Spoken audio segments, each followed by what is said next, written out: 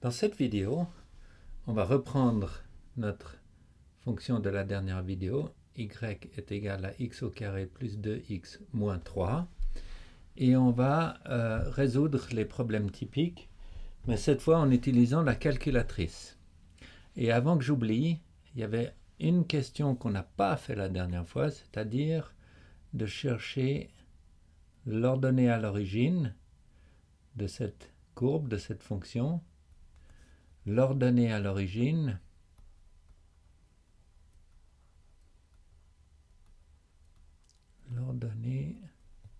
à l'origine,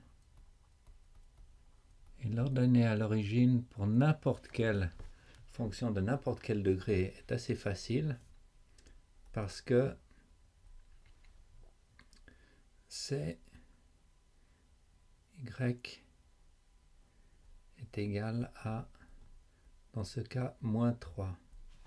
Parce que ça va toujours être la constante dans la fonction.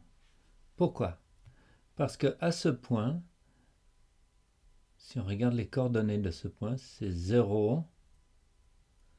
Je dis que l'ordonnée à l'origine c'est moins 3, donc c'est 0, moins 3. Comment est-ce qu'on voit que c'est 0, moins 3? Parce que on sait que x c'est 0, on est d'accord? Le x c'est 0. C'est le moins 3 qu'on ne sait pas. Mais si x est 0, alors x au carré est 0. Et si x est 0, alors 2 fois x c'est 0. Donc y va être égal à 0 plus 0 moins 3. Donc c'est y est égal à moins 3. Voilà. Et l'ordonnée à l'origine c'est moins 3. Maintenant, ça va être vrai même s'il y a un x au cube ou x au carré ou x à la puissance 5. Ça fait rien combien de x il y a devant, c'est toujours la constante à la fin qui va être l'ordonnée à l'origine. Donc celui-là, il est facile, on n'aura jamais besoin de calculette, on a juste besoin de chercher la constante. Alors, la deuxième chose qu'on avait fait la dernière fois, c'était, je vais le dessiner, c'était l'axe de symétrie. Mais comme on a vu la dernière fois, l'axe de symétrie correspond à l'abscisse du sommet. Alors ce qu'on va faire là, c'est qu'on va chercher le sommet. Le sommet. Et pour chercher le sommet, je vais aller chercher la calculette. Et ce que je vais faire, c'est que je vais rentrer l'équation de la fonction. Donc je fais ici sur y est égal à. Je m'assure que les trois plots ne sont pas sont comme ceci, qu'ils ne soient pas foncés. Si je fais Enter, je vois qu'il est foncé, il est en backlight là. Ça veut dire que j'ai des données qui vont être montrées sur l'écran pour les données qui ont été entrées par l'édition des stats. Et ça, je ne veux pas l'avoir. Donc si je vois un qui est, dans ce cas, je ne veux pas le voir. Alors si je vois un qui est comme ça, je monte, je me positionne dessus, je fais Enter, et c'est bon, ça l'a enlevé. Donc maintenant, je peux rentrer ma fonction, c'est-à-dire x au carré plus, ça va me suffire, 2x moins 3. Et là, je vais faire graphe. Alors là, c'est joli. Là, il me montre, par défaut, il me montre moins 10 à plus 10, moins 10 à plus 10. Ça me va très bien. S'il veut jouer un peu avec, je peux aller jusqu'à, disons, moins 5 là. Et plus ou moins, disons, 7. Alors, dans ce cas, j'irai à Window. Je dis minimum et maximum des x. On avait dit minimum moins 7, maximum 7. Et en négatif pour les y, j'ai seulement besoin d'aller à, disons, moins 6. Et là, je refais graphe et me le montre un peu plus près. Donc, je peux toujours jouer avec Window. Donc, ce que je cherche ici, c'est le sommet. Et on se rappelle que pour le sommet, je vais juste revenir une seconde, pour le sommet, quand dans une fonction y est égal à ax au carré plus bing bing bing, quand a est positif, plus grand que 0, on se rappelle que le parabole il a l'air comme un sourire, parce qu'il est positif, et quand a est négatif, ben, il est l'opposé d'un sourire, comme s'il était négatif. Dans ce cas, on voit que c'est comme un sourire, donc parce que a est positif, et si a est positif comme un sourire, ça veut dire que ici le sommet est un point minimum. Alors, qu'est-ce qu'on va faire?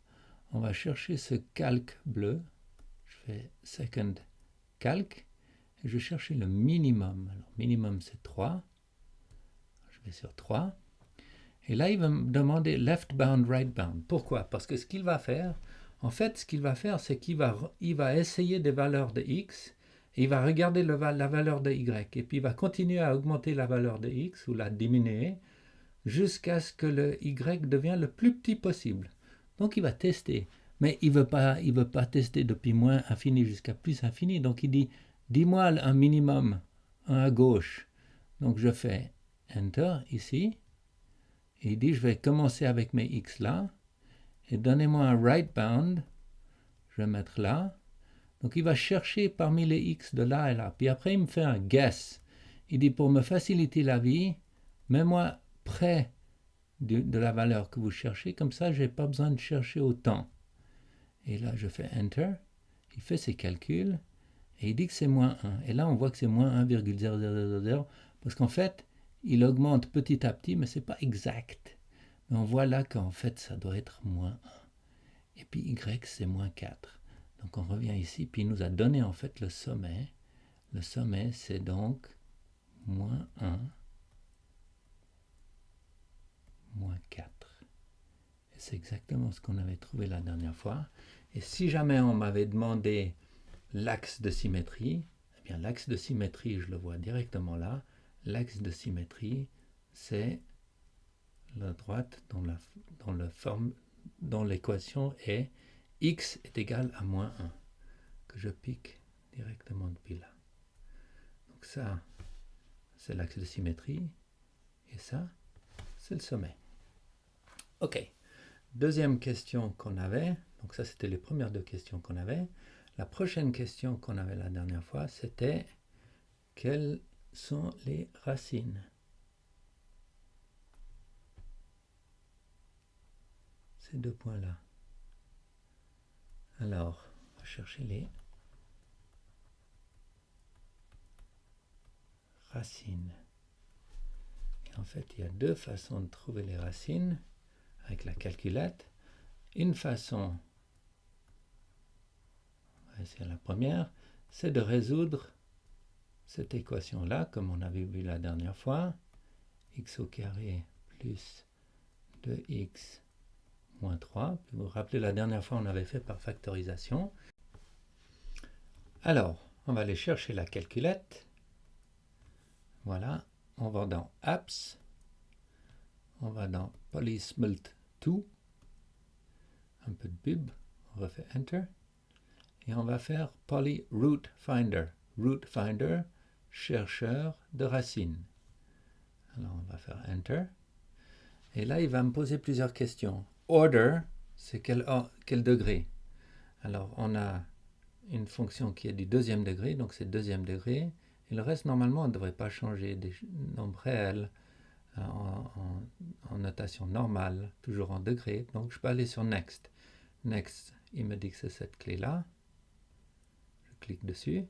Maintenant j'ai la formule, un coefficient A2, X2, A1, c'est ce que nous on appelle A plus B plus C, mais eux ils ont appelé A, A1, B, A2, B, A1 et C, A0.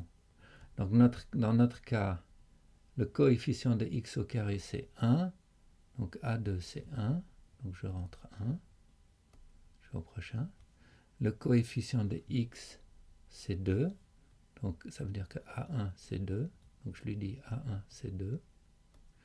et le coefficient et la constante, ben chez nous c'est moins 3.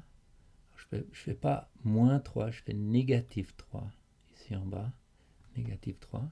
Maintenant je lui ai donné, si vous voulez, l'information qui est exactement celle-ci. Et je lui dis solve, résoudre, bing, il résout, et il me dit que c'est moins 3 et 1. Donc, dans ce cas, il me dit que x est égal à moins 1 ou moins 3. Voilà. C'est exactement ce qu'on avait trouvé la dernière fois. Alors ça, c'est les racines. Si la question nous demande, encore une fois, pour les coordonnées des abscisses à l'origine, alors on va juste dire que pour celui-ci, bah, x c'est moins 1. Et on voit bien là que y c'est 0, par définition. On voit aussi là. Ou moins 3, 0. Voilà. Ça, c'est une façon. La deuxième façon de le faire, on va reprendre la calculette. La deuxième façon de le faire, on revient au début. Quit. La deuxième façon de le faire, c'est de rentrer ma formule ici. Elle y a déjà. De la montrer. Voilà. Et maintenant, je vais demander ce qui s'appelle les zéros. Second, calc. Et voilà, les zéros, c'est numéro 2. Alors, encore une fois, pour celui de gauche, je me mets un peu à gauche. Je me mets un peu à droite. Je mets à côté. Je dis Enter. Il me dit X c'est moins 3. Il me donne Y aussi. Donc, il me dit directement que c'est moins 3, 0. Ou, je vais aller chercher la calculette. Je refais second calc 0. Je vais chercher de l'autre côté. Je me mets un peu à gauche de ce que je cherche. Un peu à droite de ce que je cherche. Je me mets vers ce que je cherche. Et il me dit que c'est 1, 0. Ou 1, 0. Et là, je vois que j'avais fait une erreur ici. En fait, quand j'avais fait mon poly smelt 2,